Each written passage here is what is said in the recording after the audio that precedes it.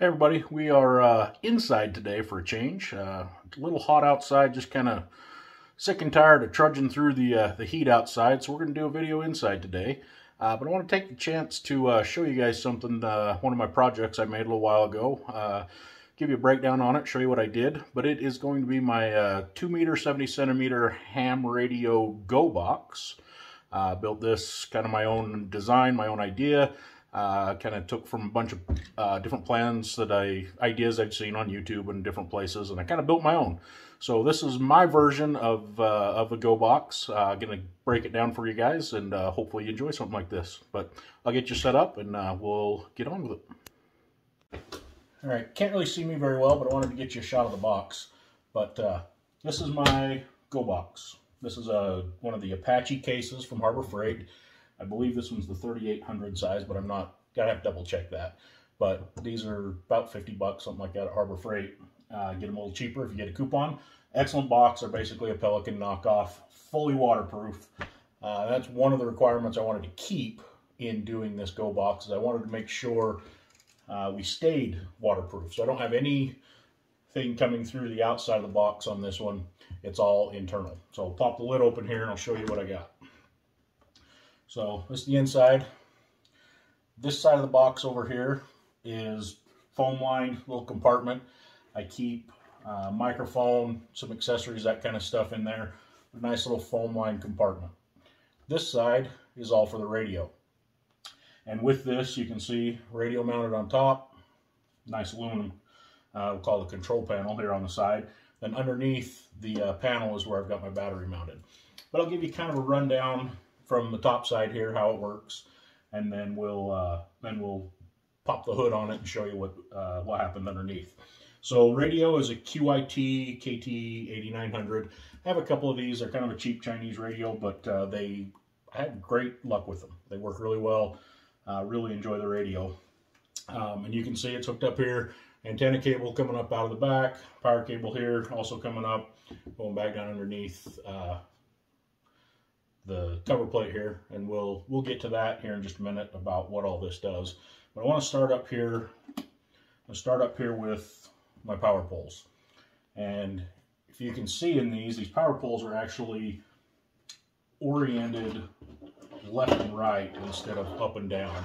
So you can see if I take a power pole and plug it in here, you can see I have a left side and a right side to my power poles. And I did that for one reason, and that's so that it kind of matches the position of my switch. This is a single pole dual throw switch, so it's off in the middle, on when you flip it this direction.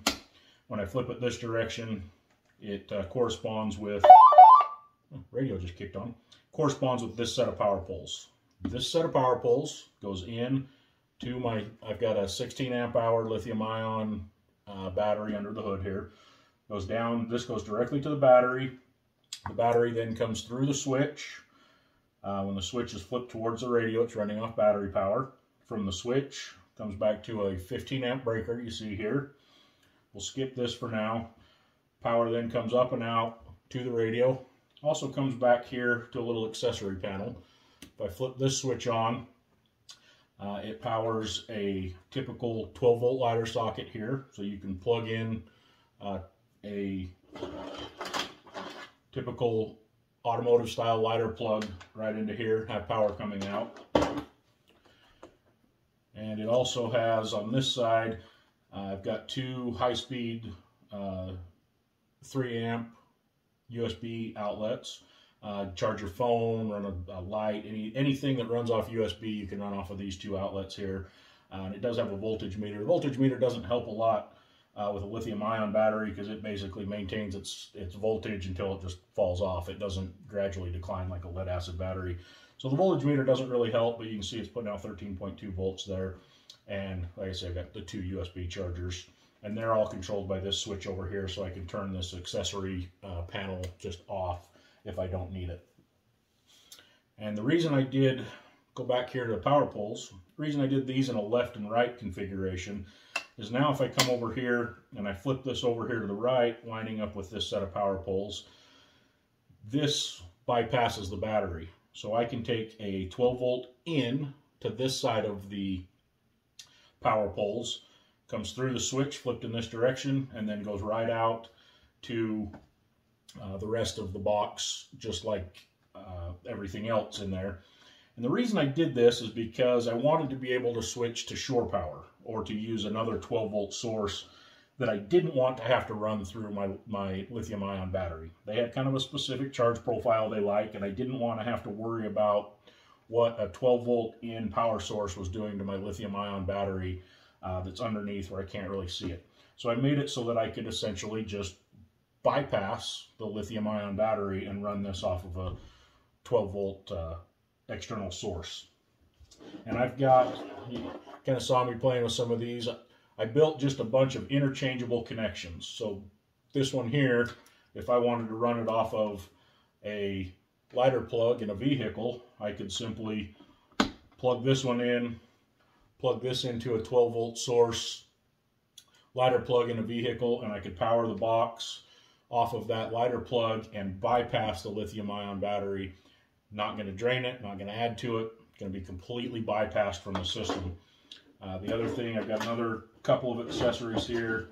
I've got just a plain set of, just a set of alligator clips that would clip directly to a battery with some cable, and another set of power poles on that end.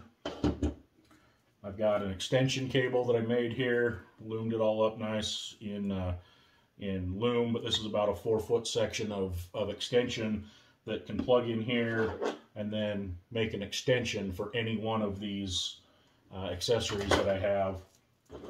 I also have this simple little one here that just has spade connectors that will plug onto a your typical sealed lead acid battery that you see with the spade connectors on them. I can simply plug that in. I can set a second battery right here next to it, plug that in, put those into a a separate external battery of any type that I can hook up to, can go through that way. So some of the accessories, and these can all be mix and matched thanks to the power poles on them. Just the way the power poles work, you can mix and match any of these connectors however you need to get power into the box. I also charge through this port here. I use the battery side. That's why I have a power pole out here. My charger will simply plug into that set of power poles. I typically switch the box to the off position, but doesn't really matter. But that's how I charge the lithium-ion battery underneath. Now, the last thing I want to talk about on top right here, you'll see this connector. This is just a bulkhead BNC connector. And the reason I have that on there is I have one of these, this is a antenna for an HT, a handheld, that has a BNC connector on the bottom of it. But I can take that BNC connector, I can put that HT antenna on there, and now I have an antenna set up on this. I get plenty of counterpoise from the all aluminum. My deck here is all aluminum. I get plenty of counterpoise off of that, and I can operate just fine off of this HT antenna plugged into the bulkhead connector here. If I want to add a bigger external antenna, and I should probably mention, not a sponsor or anything, but if you go to Signal Stock or signalstuff.com, they make these antennas. They're just a superb HT antenna option if you're looking for something to add to like a Baofeng HT or whatever. And you can see I can kind of wad that up in a knot, and it just fits over on that side in the case, no problem. The other thing I have in here, and I carry a bunch of coax, but I have a portable open stub J-pole that breaks down, fits in a bag that's about the size of this. I carry my accessories, some of my accessories. I carry a bunch of coax in there. But when I want to put that larger antenna on, I've got just a short jumper cable here that's got a BNC connector on one end and SO239 on the other end. So I can put that on there. Then I can add a length of just regular coax to the end of it, and then go up to an external antenna. And I do that when I'm working. one of the reasons I built this box is to help with just off-grid communications. I volunteer for a group that we provide communications for a lot of the bike races and marathon events and ultra marathons, backcountry marathons, bike races. We provide communications for them at their rest stops, and so I wanted something that would work completely off-grid, so I didn't have to worry about powering it anyway. And then that Open Stub J, I've got a mount on my truck that I can put it up, and I can do long-range, what I would consider long-range communication, but no problem hitting the repeaters and that kind of thing. We work with that Open Stub J that I can then run up to that antenna through the box. So that's why I put that BNC connector, and that's just a BNC bulkhead, and it just on the bottom, when we open this up, you'll see it just goes from here and comes back up into the back of the radio. But that's why it's there, so that I can run the HT antenna if I want to, or I can run a piece of coax to it and run an external antenna. So I'm going to pull some of this stuff out of the box here, just set it there. Oh, and then the mic, you can see the mic just fits in the padded compartment. And all of this, you can see up here, yeah, you can kind of see a little better. This is just the foam padding that came with the box. I had to cut a little square out of it there, and that just fits down over the radio so that I can close this up. Like I said, closed up, sealed off, and completely waterproof again. And then open it up, and away you go. I do have some future plans for maybe an LED light in here for working at night. Just haven't got there yet, but this is the basic box. Now what I want to do, I'm going to pull this cover off and show you how I did the kind of the under the hood stuff on this, and give you some tips and tricks there, and show you a little bit about how I built it. So, one thing I neglected to mention before we stop there is the radio here is mounted with Velcro. It's got a piece of Velcro stuck to the bottom of the radio, piece of Velcro stuck to my aluminum there, and it simply sits in there. I can take the radio out, and I kept the quick disconnect cable for the power, and just a standard antenna connection there coming back up from underneath the box. With that out of the way, be able to see a little bit better what's going on. Around the edge here, you can see I've got 8 screws going down through the lid, or down through the hood, we'll call it. I took those out so we could see what's going on. And then we're just going to pop this up. I'm also going to pull this piece of foam out on the other side so maybe you guys can see a little bit. Turn that for you real quick, and you can see right here, this is also aluminum. Just a piece of aluminum in here to separate what's underneath the hood, underneath the case here. Piece of aluminum to separate from my storage compartment, and just a piece of foam that goes in there to pad everything. So I'm going to pull a couple of these foam pieces out so they don't get in the way while we're looking at this. But let's pop this hood up, and we'll lift it up here like this, slide this over so you guys can kind of see what's going on. So underneath here, you can see this is our aluminum panel. This is just a piece of angle aluminum. I think it's a 3/4 or 1/2 inch, might be 1/2 inch by 1/8 aluminum angle, and it's screwed in along here to our bulkhead divider. Around the edge here, you can see more aluminum angle on the sides. Those are epoxied to the box. Now, I went to great lengths to make sure those would hold up well. Basically, they are, there's a plastic epoxy you can get from JB Weld. It's a plastic bonder, and it worked well to bond the aluminum to the plastic of the box. Now, I went through with some 60 grit sandpaper, roughed up the back of all the aluminum, roughed up the inside where I wanted this with that 60 grit to get a nice mechanical connection as well, but it actually does make a chemical bond to the plastic. Worked out very well, haven't had any issues with it. You can see my battery here. I'm going to go ahead and just pop this out a little bit so you can see. We'll unhook this, slide it over here. Shaking a little bit for you, sorry. Down on the bottom, I've got a couple more pieces of the aluminum angle, and again, just epoxy to the bottom of the box. They hold in there just fine. And then along this front edge, I've got some leftover foam from the inside of the box. And that just, the battery is essentially a friction fit down in there.